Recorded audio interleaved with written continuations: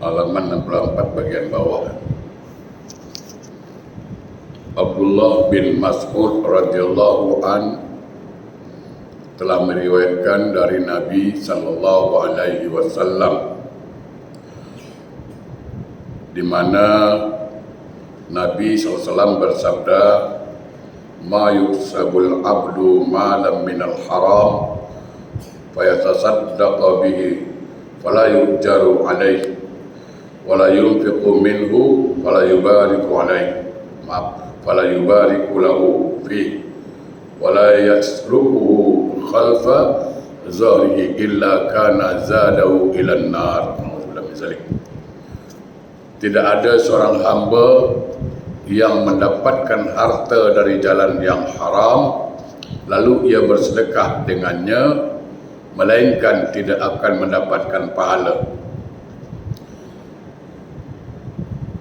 Ia belanjakan, kalau dia belanjakan tidak ada berkah di dalamnya, dan bila ditinggalkannya sebagai ahli harta pusaka sesudah dia meninggal, melainkan menjadi bekalnya ke neraka. Okey, saya jelaskan.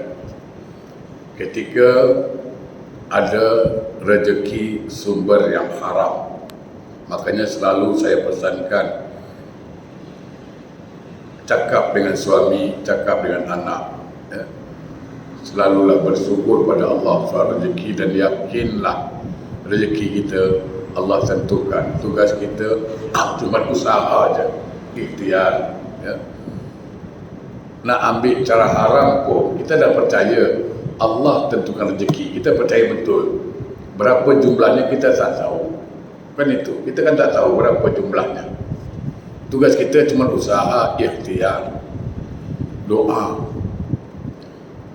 Oleh kerana Allah dah tetapkan rezeki kita yang kita tak tahu berapa, kita ambil cara haram pun segitu juga rezeki itu, tak bertambah. Kita ambil cara halal pun segitu saja. Maka orang bijak, orang yang faham, dia takkan mau rezeki sumber yang haram, kerana memang rezekinya ada dah. Maka pesankan dengan suami, isteri, anak, jangan sekali-kali bawa rezeki sumber yang haram ke rumah. Resikonya apa? Ini resiko, efeknya. Apa yang dimakan suami atau apa yang kita makan, itu kan menjadi darah daging. Bagi suami jadi darah daging. Bayangkan kalau jadi air sperma, maaf, air mani katakan, lalu air sperma itu jatuh ke rahim isteri yang sumbernya haram. Bayangkan macam manalah kita nak jadikan anak yang soleh, solehah, sumbernya bermasalah. Mana mungkin mengalir air bersih kalau pancurannya kotor? Satu. Yang kedua, kalau makan sumber yang haram, apa kata Nabi? Nabata min suti min haram fannaru aulabi. Setiap daging yang tumbuh dari yang haram, ya, setiap daging yang tumbuh dari yang haram, maka neraka lebih baik buat dirinya. Artinya apa? Bila kita makan sumber yang haram, menjadi darah daging, orang ini terlalu susah, bukan susah, terlalu susah untuk mengamalkan amalan surga. Susah. Dia takkan solat. Dia takkan solat. Dia jangan suruh ke masjid, walaupun rumah dekat masjid. Tidak. Tertutup dia. Karena sumbernya haram. Tuh. Jadi apa maknanya kita lagi? Kalau dah solat dah tak mau, apa lagi? Ke masjid dah tak mau. Ya kan? Apa jadi itu? Tuh. Kalau kata Nabi tadi, mayusabul abdu malan minal haram fayatasaddaq bihi fala yujaru alai. Duit haram ni kita sedekahkan pun Allah tak kasih pahala pun. Tidak. Ustaz kalau tak tahu lain cerita pula. Umpamanya Ada orang, ni aku kasih kau duit $50. Duit apa ni? Ambil lah, aku dah kasih kau tanya pula lagi. Dia tak kasi tahu lah. Kalau mak tak tahu apa nak buat.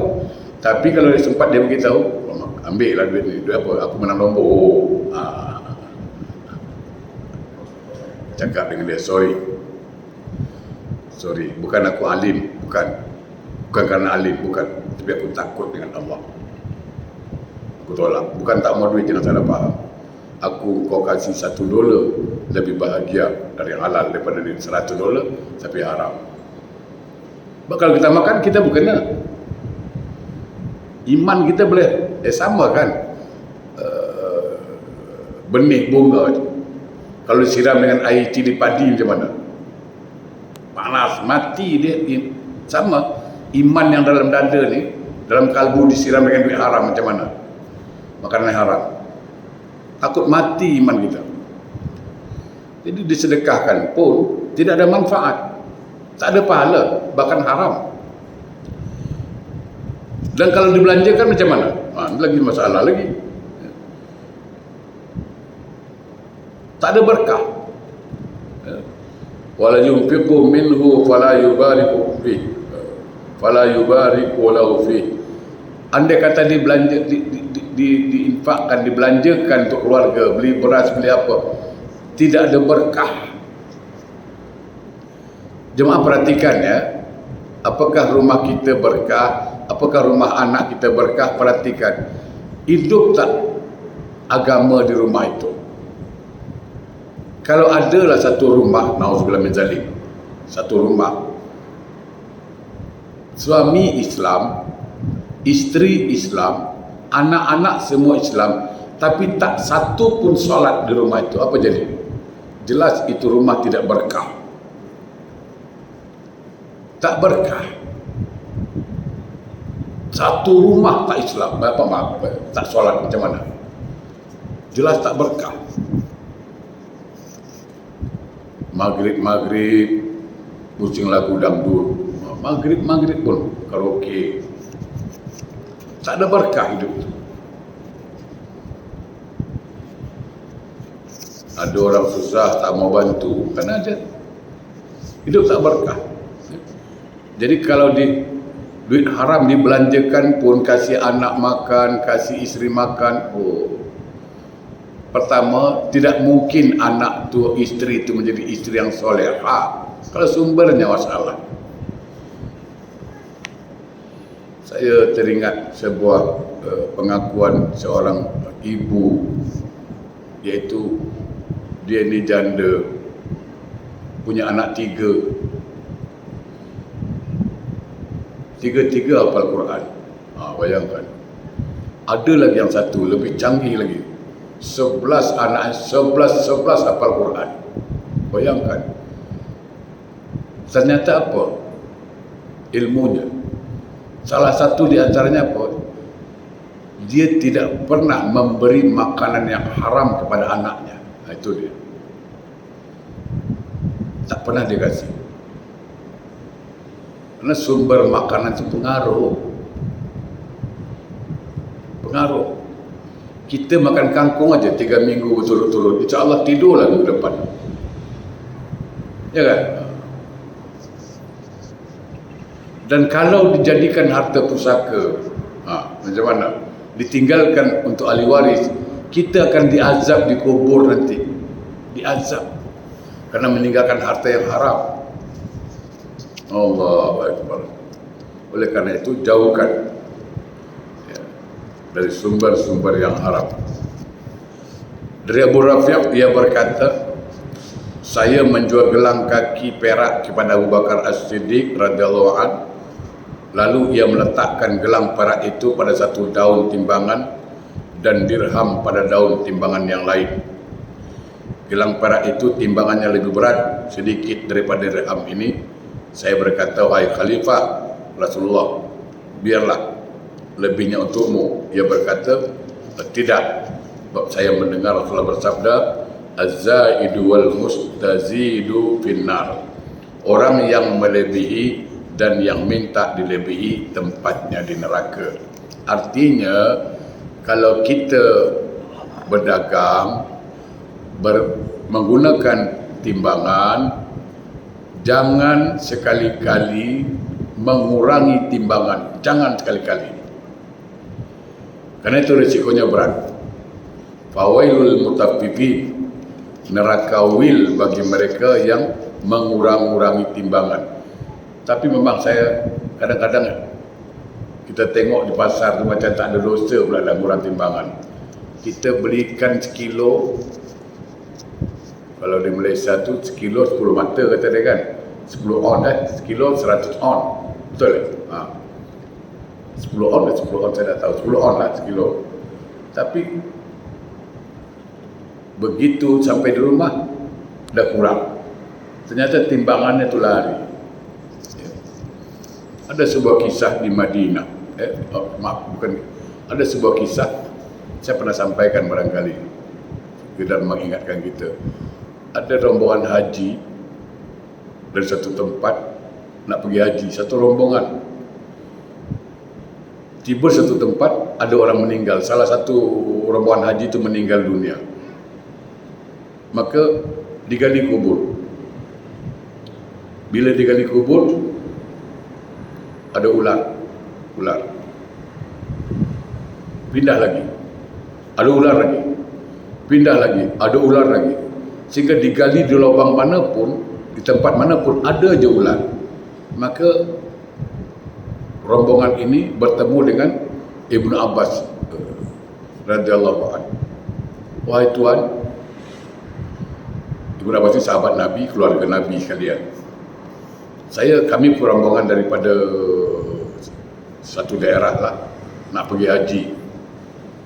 Tapi belum sampai lagi di Mekah, salah seorang kawan kami meninggal dunia. Tapi bila gali kubur, ada ular terus. Gali sana ada ular, gali sini ada ular. Macam mana? Apa yang kami nak buat? Kata Ibnu Abbas, engkau gali tanah mana pun kau gali, bumi mana pun kau gali, tetap ada ular. Udah kau tanam aja lah. Dan saya baru-baru ini dikasih kiriman YouTube. Memang tak masuk akal juga lah. Ada orang gali kubur boleh air sepenuh ini, padahal bukan musim hujan. Segini air orang kirim. Kubur lain tak ada air tu. Itu saya bilang, apalah dosa kawan ni. Kubur lain tak ada air. Ada orang meninggal kan sebelah, tak ada air. Kubur dia air. Akhirnya minta maaf, dibenamkan mayat ke dalam, tak ada lagi. Macam mana? Sama Ibnu Abbas kata apa? Kau tanam aja lah. Kau gali lubang mana pun, bumi mana pun kau gali, tetap ada ular. Akhirnya ditanam. Nah setelah itu berangkatlah pergi haji. Balik dari haji, dicarilah keluarga orang yang meninggal ni. Ditanya, dikasih tahu kalau dia dah meninggal, apa salahnya, apa yang dia dah buat. Apa kata keluarga dia? Dia ni pedagang, jual gandum, cuma suka mengurang-urangi timbangan. Itu dia, itulah kesalahannya. Jadi sekali lagi, siapa yang berdagang, janganlah bermain curang. Maksudnya jujur. Sebab itu resikonya nanti berat. Ketika meninggal kita berat. Ya. Abu Sa'id Al-Khudri mengatakan, dan dari Abu Hurairah radhiyallahu anhu meriwayatkan dari Nabi SAW, beliau bersabda, perak dengan perak harus sama beratnya. Kalau lebih riba. Gandum dengan gandum harus sama beratnya, kalau lebih riba. Beliau menyebutkan biji gandum, kurma dan garam. Kemudian beliau bersabda, barang siapa menambah atau minta ditambahi, maka ia berbuat riba. Jadi kalau kurma dengan kurma mesti sama berat lah. Dari Ibnu Mas'ud radhiyallahu anhu berkata, kami meninggalkan 90% cara-cara yang halal kerana khawatir termasuk riba.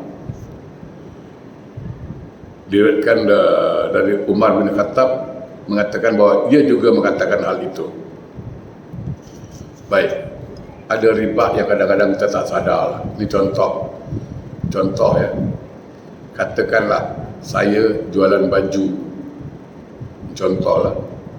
Tanya, Ustaz, berapa baju ni satu? Saya jelas, saya jawab, baju ni satu $50. Cash Ustaz? Cash lah. Kalau hutang, kan? Jadi kan, kalau cash $50, kalau hutang 65, itu riba. Kenapa?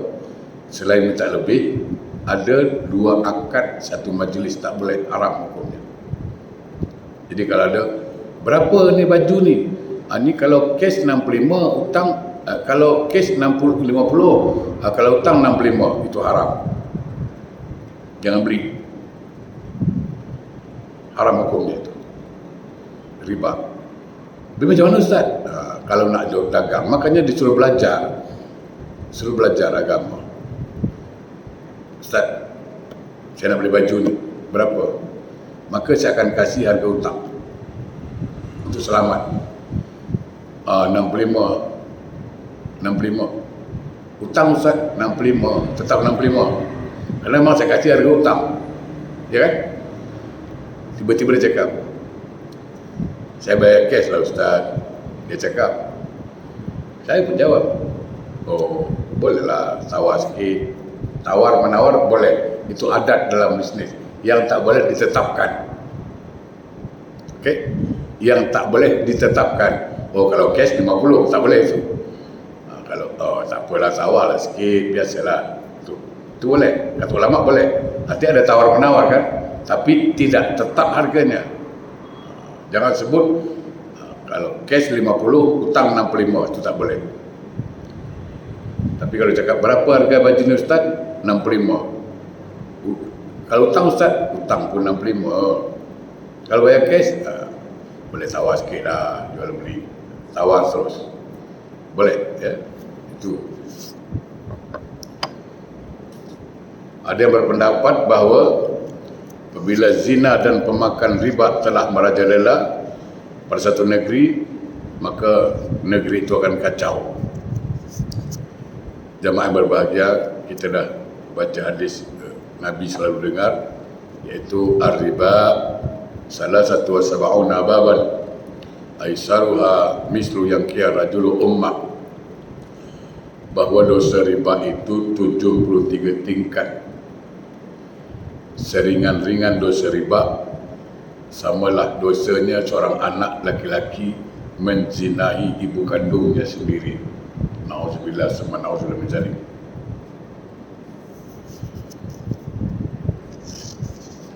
Sayyidina Ali juga berkata demikian, barang siapa berniaga sebelum memperdalam agama, maka akan terjerumus ke dalam praktek riba. Dan akhirnya apa? Tenggelam dalam riba. Ada satu lagi, satu lagi yang perlu saya jelaskan. Ini harus hati-hati juga. Kata ulama, ini pun dilarang. Silakan tanya ustaz lain nanti. Dan saya sependapat. Gini, katalah aja kami dah dia beli emas. Ini kan selalu perempuan ada beli emas tu. Boleh beli emas, tak salah apa. Mana salah beli emas? Salah, tak salah kan? Tapi kalau niatnya, ini niat itu. Innamal a'malu binniyat, satu pekerjaan tergantung dari niat. Ketika dia kan emas lagi murah ni, boleh murah emas ni. Murah. Beli. Niatnya apa? Nanti kalau mahal, aku jual. Mahal, aku jual. Itu kata ulama tak boleh, kenapa? Dianggap menyorok, apa istilahnya? Menimbun-nimbun barang itu. Sorok, itulah bahasa Melayu dia itu. Menyimpan barang. Menyorok-nyorok. Sama gini. Beras lagi murah, kita borong beras itu, nanti kalau beras apa dah naik baru aku jual, kan gitu. Dianggap menyuruh barang lah itu.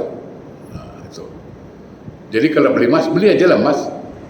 Jangan niatkan Nanti kalau ada mahal, kalau pas dia naik kan baru jual. Untuk besar pun tak boleh. Ya. Kata ulama ada orang kata tak boleh lah.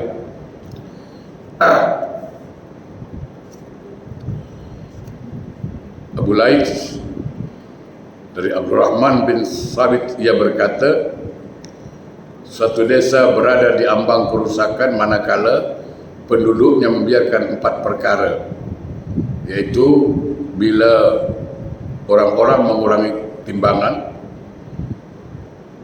dan menipu timbangan, mengurangi takaran, maka hujan tidak akan turun dilanda kemarau panjang. Apabila orang-orang makan riba, maka mereka akan binasakan dengan pedang. Okey, ini terjadi. Saya tak usah jauh-jauh lah cakap. Di daerah tempat saya tak berapa jauh lah. Itu terjadi kemarau panjang yang betul-betul apa namanya, panas. Sungai pun kering, bayangkan. Sungai kering. Apa sebab? Ternyata bukan hampir, memang semualah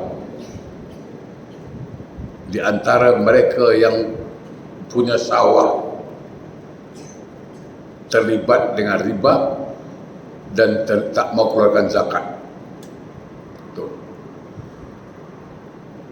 Tak keluarkan zakat. Kan ada zakat padi tu kan. Terlibat riba lagi. Bila kalau pinjam duit dengan alung, kalau sini paling alung ya, itulah. Kalau sana panggil rentenir. Kemarau panjang, tidak hujan-hujan, akhirnya apa? Padinya tak jadi lah, panas terus, kering. Maka ada ulama yang datang menasihati, lain kali suruh taubat semua supaya keluarkan zakat. Alhamdulillah didengar, sekarang subur tanah itu. Ya. Dan bergaduh terus. Anak dengan mak gaduh, dengan tetangga tak ngam lagi, itulah dia. Akibat apa? Akibat tadi keluarkan zakat tak mau keluarkan zakat. Yang kedua, riba dah merajalela, maka panas itu, kemarau panjang. Diriwayatkan dari Ubaid Al-Muharibi berkata, saya pernah berjalan di belakang Sayyidina Ali bin Abi Talib karamah wajhah, itu di daerah pasar lah. Dia bawa tongkat kecil. Jadi Sayyidina Ali kalau jalan ke pasar bawa tongkat kecil. Apabila ia melihat ada seseorang yang tidak tepat dalam timbangan, takaran, ia memukul.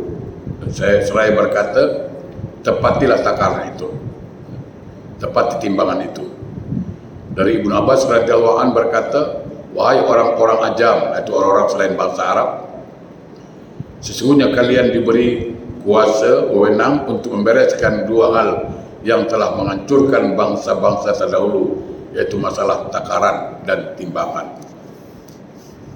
Jadi sekali lagi, hati-hati kalau ada yang berdagang, dalamilah ilmu agama.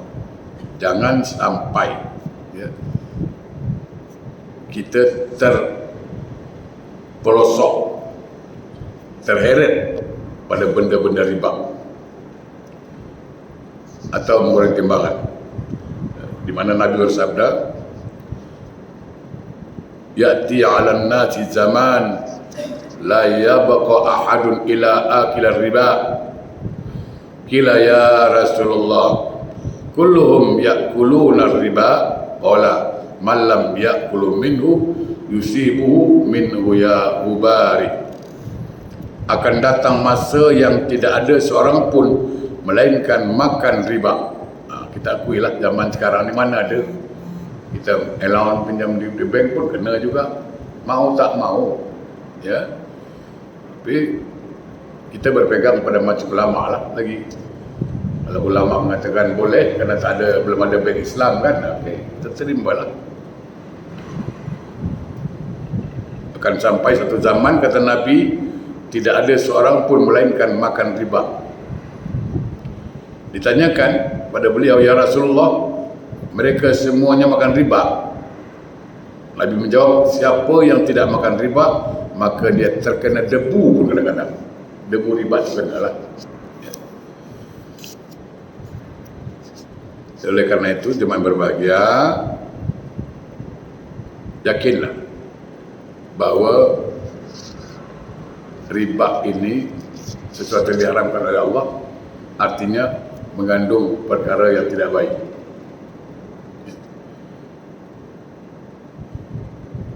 Kenapa dikatakan kena debunya? Kerana terpaksa. Debu tak nampak. Contoh kita, sekarang kita nak taruh duit di mana? Karena ada duit SPF ke apa ke, nak taruh duit di mana? Ya kan? Tak di bank. Jangankan kita, masjid pun tak di bank. Bank yang sama juga dengan kita kan? Sehingga ada ulama mengatakan, dari ulama Singapura terutama, mengatakan boleh.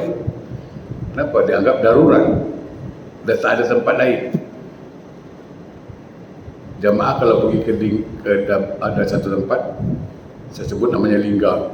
Pernah dengar tak? Daik Lingga tu, pernah dengar nama tu? Orang sebut Gunung Daik. Itu apa jadi? Jadi kalau pergi sana tanya kisah itu. Ada orang, tak salah saya Pak Haji lah, dia sakit lama, dia tidur tilam tu, dia tak mau tilam lain, tilam itu juga. Lama sakit di tilam tu, saya dengar bertahu. Biasalah kalau dah lama tilam tak cuci dah, bau kan. Sebab ayah bapak ni tak mau ganti tilam lain. Anak nak ganti, tak mau. Sampai bapaknya meninggal. Kejadian baru tu. Boleh, kalau siapa pergi sana, tanya kisah tu. Tanamlah. Tilam tu, buang ke laut. Rumah tak jauh dari laut. Apa jadi? Begitu tilam dibuang ke laut, semua duit dolar itulah tilam tu. Beranyut semua. Apa lagi orang berenang lah cari tu. Semua dolar dalam tu. Dia bukan smuggle punya ikan-ikan je lah. Itu duit banyak. Betul kejadian di daerah Lingga. Jadi begitu tilamnya dibuang ke laut, orang dulu simpan duit di mana? Duit semua dolar semua tu. Macam kita tak mungkin simpan duit di bawah bantal, ya kan? Kalau 100-200 boleh lah. Pada puluh-puluh ribu jangan. Tak di bank.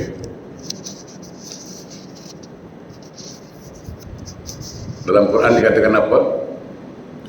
Surat Al-Mutaffifin ayat 1-5 ni. A'udzubillahi minasyaitonir rajim.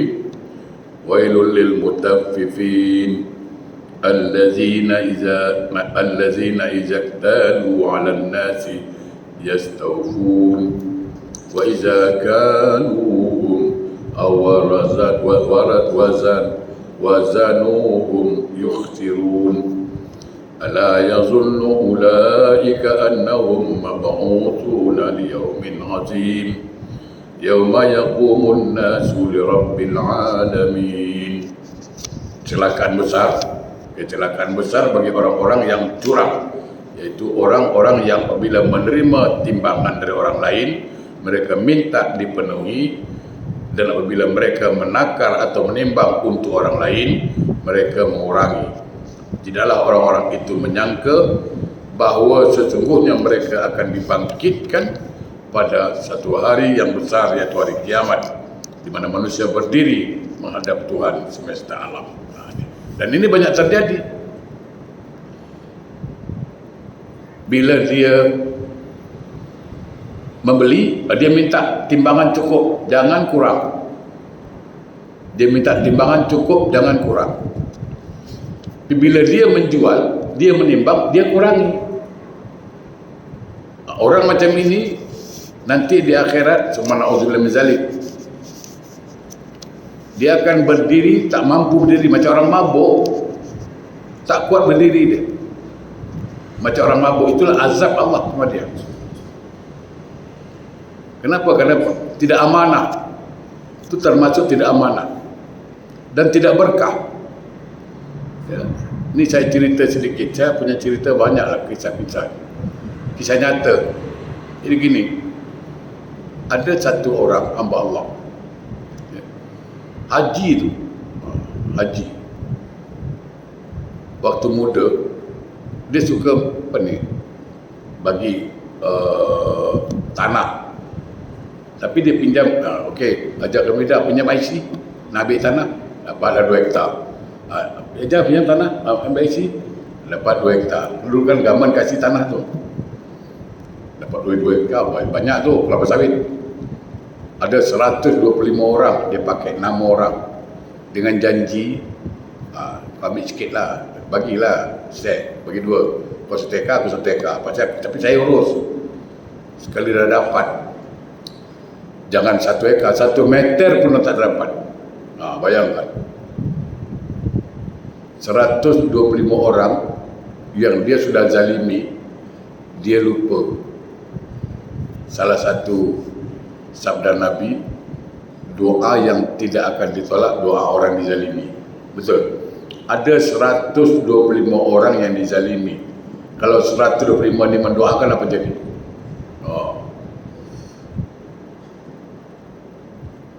Rosak. Kalau umur muda, tua saya lagi lah, masih tua saya. Sekarang apa jadi? Kaya dia dulu. Tapi itulah hasil itu, hasil tipu sana tipu sini, ya kan? Buat masjid, memang dia buat masjid, tapi hasilnya itu saya katakan, dari bangunan apa? Tahu tak, masjid tu lenggang, tak ada, bergaduh je masjid tu. Ahli jawatan kuasa bergaduh, tak dengam. Itulah. Sekarang apa jadi? Sekarang dia kena kurung, isteri dia kurung dalam bilik.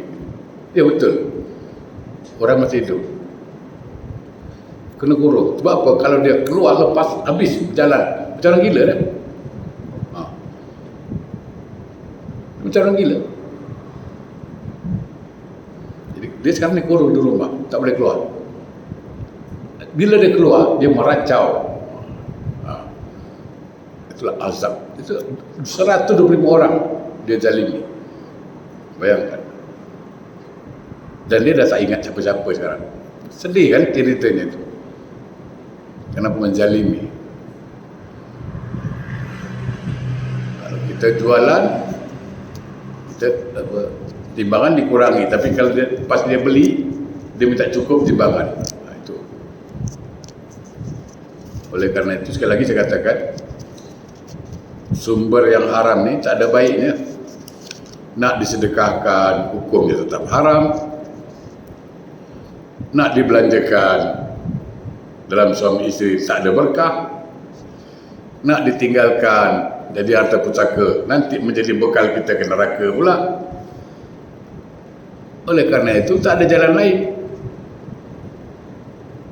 Hindarkan dari rezeki yang haram. Sebab apa?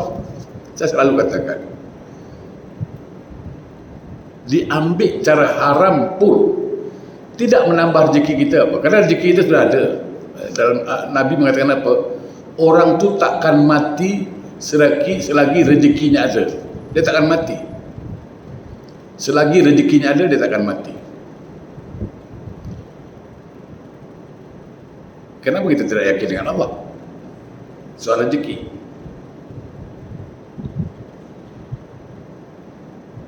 Saya selalu cakap, ayam sekali bertelur berapa? Sekali beranak menetas sampai 8 kan? 8 menetas. Adakah ayam tu risau soal makan? Dia tak risau. Kekok makan dia. Ayam dia tak ada otak dalam Melayu, ya kan? Dia tak pernah. Anak berjejer lagi, tapi dia tak risau soal makan. Kucing sekali melahirkan 5, mana pernah dia fikir soal makan? Kita yang garang. Barang kucing tu komplain lah. Padahal makan yang kita buang tu, kita buang makan. Makanan kita buang, dah tak makan, kita buang. Kucing makan pun kita halau. Kucing cakap, apalah mancing, benda dah terbuang pun dia makan salah. Ya kan?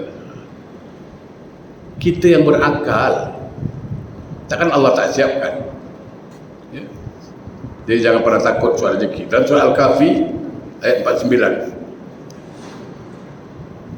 A'udzubillahi minasyaitonir rajim. Wa wajadu ma 'amilu hadiran wa la yazlimu rabbuka ahada. Dan mereka dapati apa yang telah mereka kerjakan. Ada yang tertulis dan Tuhanmu tidak mengenai seorang pun. Jemaah yang berbahagia, ada satu ayat yang mengerikan. Saya kalau baca takut. Bukan takut baca kerana saya merasa saya banyak salah lah. Lebih bagus mengaku banyak salah daripada mengaku banyak baik, ya kan? Cuba nanti di rumah buka Quran, cari surah Al-Mujadalah ayat 6.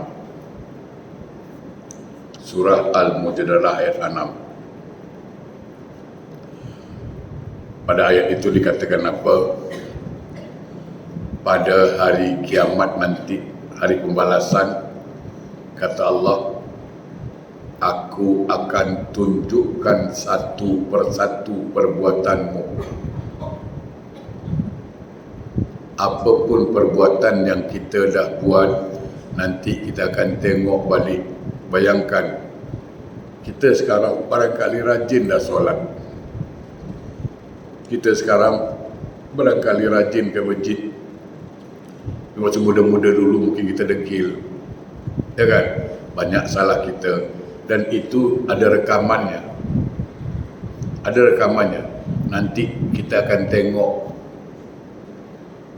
Mungkin suami kita buat dia tak nampak, isteri tak nampak, anak tak nampak, tapi Allah nampak. Kita akan menengok nanti di akhirat. Bayangkan betapa malunya kita nanti di akhirat ketika Allah tunjukkan.